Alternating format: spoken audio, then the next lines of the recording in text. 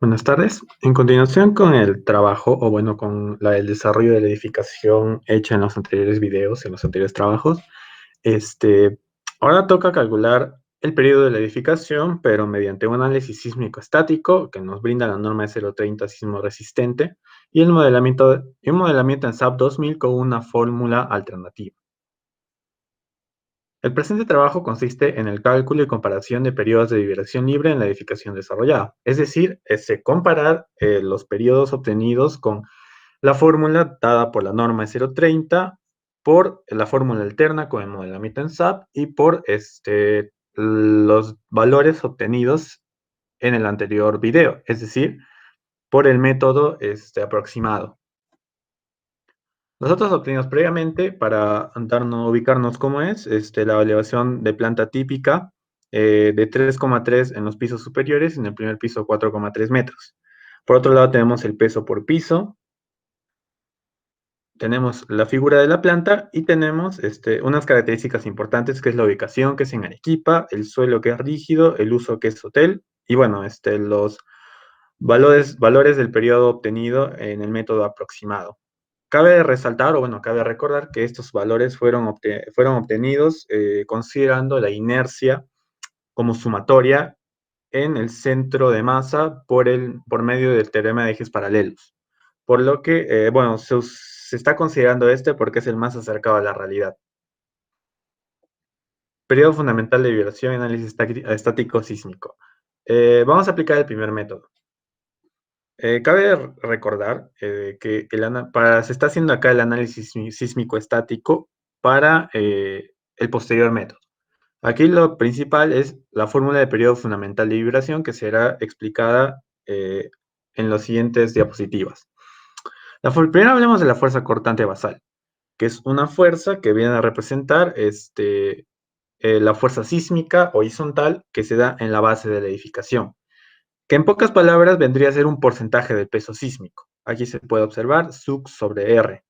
Z es el parámetro, bueno, el factor de zona sísmica, U es el factor de uso, C el factor de amplificación sísmica, es el factor de suelo, R el factor de reducción y P es el peso sísmico de la edificación que fue calculado anteriormente. Cabe mencionar que siempre se debe cumplir la siguiente relación, que es C sobre R debe ser mayor o igual a 0.11. Hablemos primero del factor de zona, que viene a ser una parte o en un porcentaje, una porción de la aceleración de la gravedad. Y va a depender de la zonificación sísmica del Perú. Como se puede ver, aquí hay una figura donde se representa el mapa del Perú, que está dividido en las zonas sísmicas, zona 1, 2 y 3 y 4.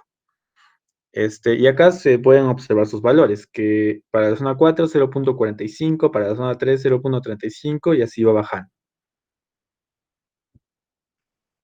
Por otro lado está el factor de uso, que es el valor de U. Y este va a depender de la categoría que ocupe el edificio en base a su importancia, ¿no? Porque edificaciones esenciales no pueden colapsar por ningún motivo, porque en un sismo severo van a representar la primera línea de edificaciones donde se va a dar ayuda, por ejemplo, como los hospitales, etcétera.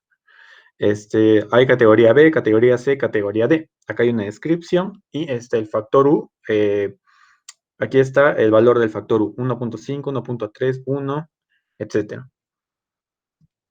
Por otro lado está el factor de amplificación sísmica, que es solamente un coeficiente de amplificación estructural respecto a la aceleración en el suelo, por lo que va a depender de las características de este suelo, es decir, de donde está cimentado.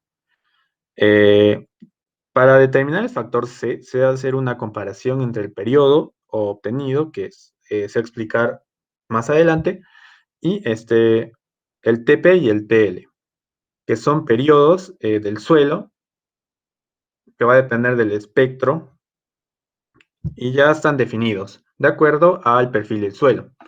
Si es suelo S0, S1, S2, S3. Aquí se tienen los valores. Bueno, se hace una comparación y en base a estas comparaciones se va a optar por una fórmula para determinar el coeficiente C. Siguiente sigue el factor de suelo, que considera el tipo de perfil que mejor describe las condiciones. Este puede ser perfil de roca dura, S0, de suelos rígidos o roca, de suelos intermedios o suelos blandos. Y bueno, aquí se tienen los valores, ¿no? El perfil del suelo en función del factor de zona, de la zona, ¿no? De la zona sísmica. Por último, se tiene el coeficiente de reducción, que viene a ser un coeficiente que depende del sistema estructural de la edificación. Es decir, de cómo está construido, cómo se compone. Por ejemplo, pórticos esenciales, pórticos de concreto, albañilería. Aquí se le asigna un valor R sub 0. Y este va a estar afectado por factores de irregularidad tanto en planta como en elevación. Es decir, que este valor puede ser menor. Por ejemplo, puede tomar el valor de 8, pero si es irregular tanto en planta o elevación, va a tomar un valor menor porque se le castiga. Ahora sí, el periodo fundamental de vibración. Esta es la parte fundamental de esta primera explicación, de este primer método. La norma considera que para cada dirección de la edificación se debe calcular un periodo que va a estar dado por la siguiente fórmula, que es la HN entre C sub T.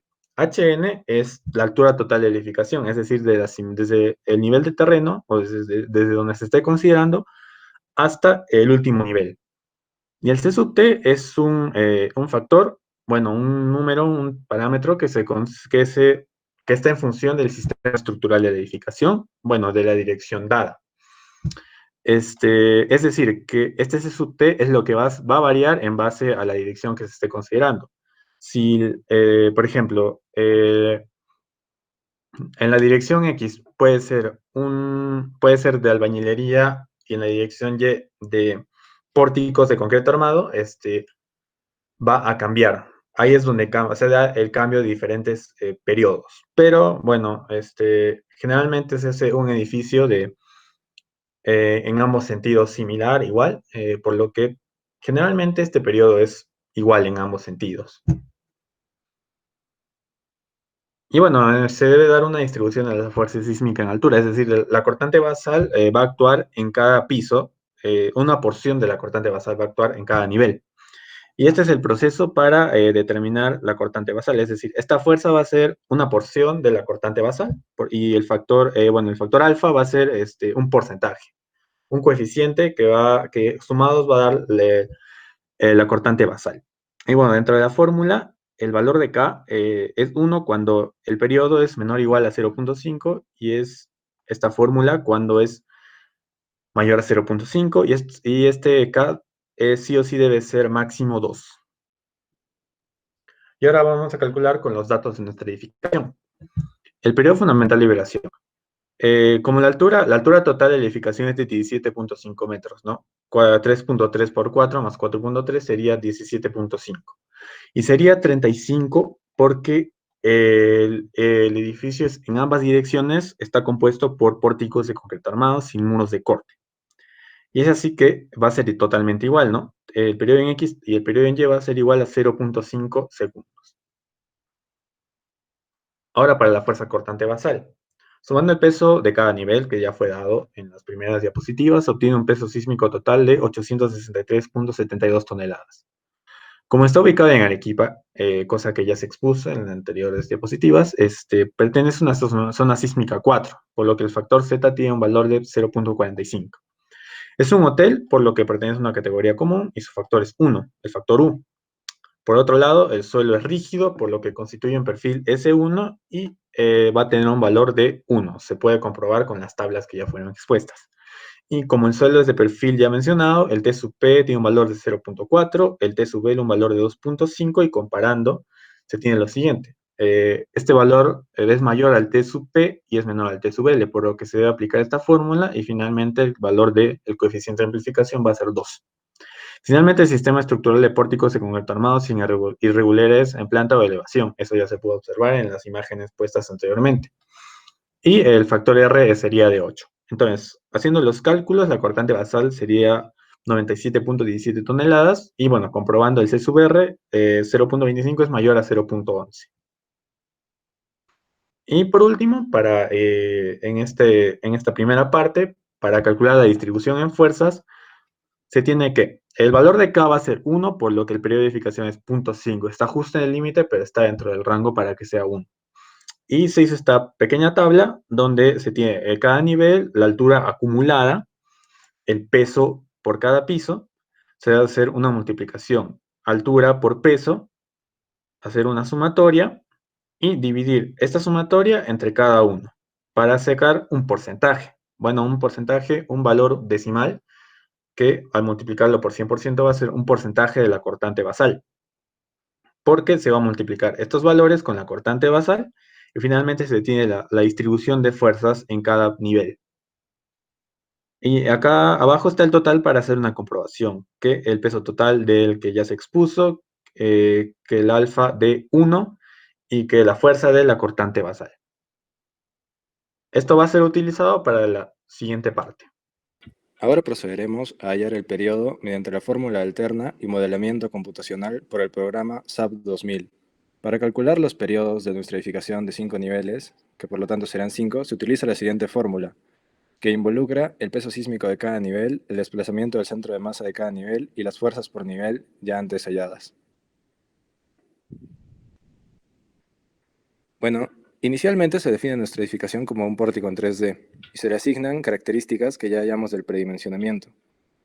La edificación, como ya sabemos, cuenta de 5 niveles con 3.3 metros de altura de entrepiso.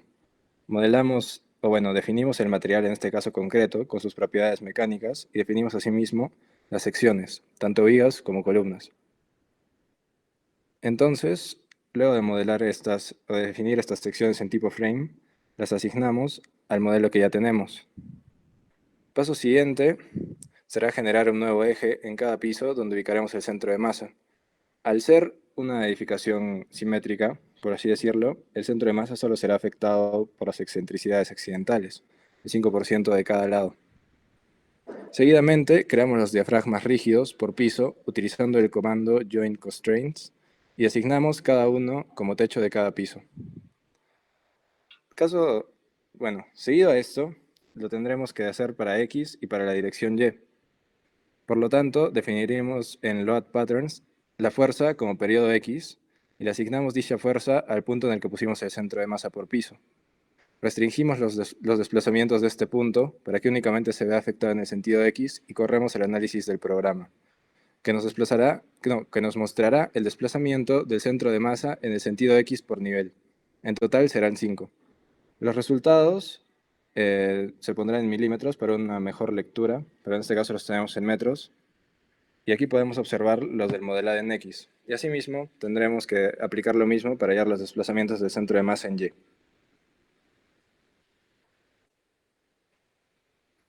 El cálculo del periodo únicamente será una sustitución simple. Lo dejamos en metros para que las unidades tuvieran compatibilidad. Y por lo tanto, vamos a hallar que nuestro periodo en X es de 0.467 segundos. En la dirección en Y se realizó el mismo procedimiento, como ya mencionamos, y aquí nos sale el desplazamiento de cada centro de masa en la dirección Y.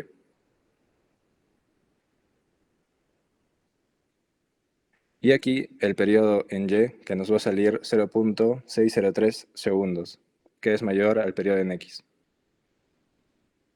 Bueno, por último, a modo de concluir, se cumplió con el objetivo, ¿no? Se obtuvo el periodo en X y el periodo en Y con la fórmula que nos da la norma de 0,30, que es 0.5 segundos.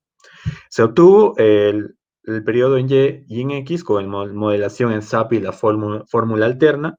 El periodo en X da 0.467 segundos, el periodo en Y 0.603 segundos, que estos comparando no varían mucho a comparación de la norma, pero sí varían mucho a comparación del método aproximado, por lo que se recomienda de todas formas utilizar el modelado en SAP. ¿Por qué? Porque salen distintas, debe salir distinto más bien el periodo en Y y en X, porque si bien ambos son de concreto armado, pórticos de concreto armado, como lo considera la norma, no va a ser igual el periodo, porque por la misma geometría de los elementos de corte que hay en una dirección a comparación de la otra. Si fueran todos los elementos de corte exactamente iguales, es decir, cuadrados, todas las columnas cuadradas, puede ser que sí se cumpla lo de la norma, pero este no es el caso y en la realidad va a ser diferente, va a variar. Por lo que se recomienda hacer el modelado en SAP 2000 y aplicar la fórmula alterna porque es más completo y hace la consideración de varias normas, aparte que es un software, ¿no? Y da cálculos más seguros.